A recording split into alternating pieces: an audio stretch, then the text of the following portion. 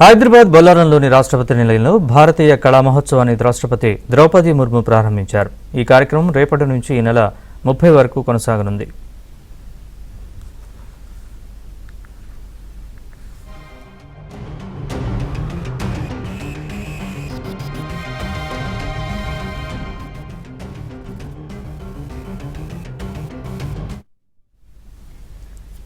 ఇవాళ ఉదయం తిరుమల శ్రీవారిని రాష్ట్రపతి ద్రౌపది ముర్ము దర్శించుకున్నారు. అనంతరం రామ్ బగీచా సమీపంలోని రోడ్డుపై వేచి ఉన్న భక్తుల్ని చూసిన ద్రౌపది ముర్ము కాన్వాయ్ దిగారు. భక్తుల దగ్గరకు వెళ్లి ఆమె కరచాలనం చేశారు. అనంతరం పలువురు భక్తులకు ద్రౌపది ముర్ము చాక్లెట్లు పంచారు.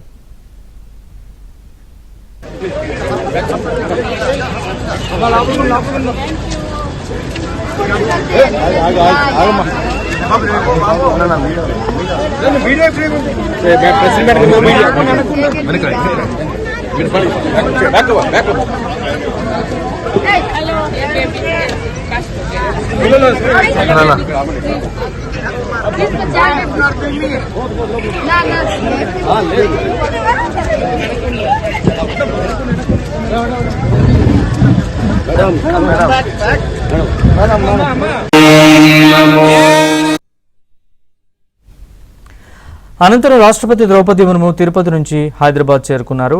బేగంపేట ఎయిర్పోర్టు రాష్ట్రపతికి సీఎం రేవంత్ రెడ్డి, గవర్నర్ స్వాగతం పలికారు. ఇవాళ రాత్రి హైదరాబాద్లోని బస చేయనున్నారు. రేపు ఉదయం బేగంపేట విమానాశ్రయం నుంచి పుట్టపర్తికి వెళ్లనున్నారు.